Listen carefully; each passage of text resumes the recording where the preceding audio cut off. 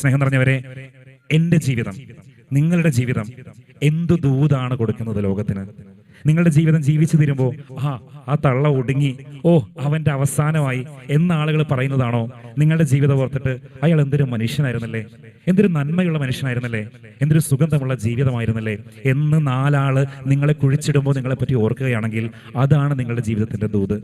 ഇന്ന് ആ ദൂത് എന്താണെന്ന് എനിക്കോ നിങ്ങൾക്കോ പറയാൻ അറിയില്ല.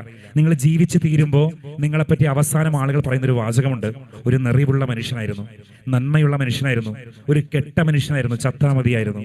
എന്താണ് നമ്മളെപ്പറ്റി അവശേഷിപ്പിക്കുന്ന ദൂത്? സ്നേഹമുള്ളവരെ, അതൊരു നന്മയുടെ ദൂതായിരിക്കട്ടെ, അതൊരു സ്നേഹത്തിന്റെ ദൂതായിരിക്കട്ടെ, അതൊരു ആർദ്രതയുടെ ദൂതായിരിക്കട്ടെ എന്നുള്ളതാണ് ഏറ്റവും വലുത്. ഞാനും നിങ്ങളും മരിക്കും. ഞാൻ എപ്പം മരിക്കും എന്നറിയാൻ പാടില്ല, നിങ്ങൾ എപ്പം മരിക്കും എന്നറിയില്ല. ഒരു കാര്യം ഉറപ്പാണ്, നമ്മളൊക്കെ മരിക്കും.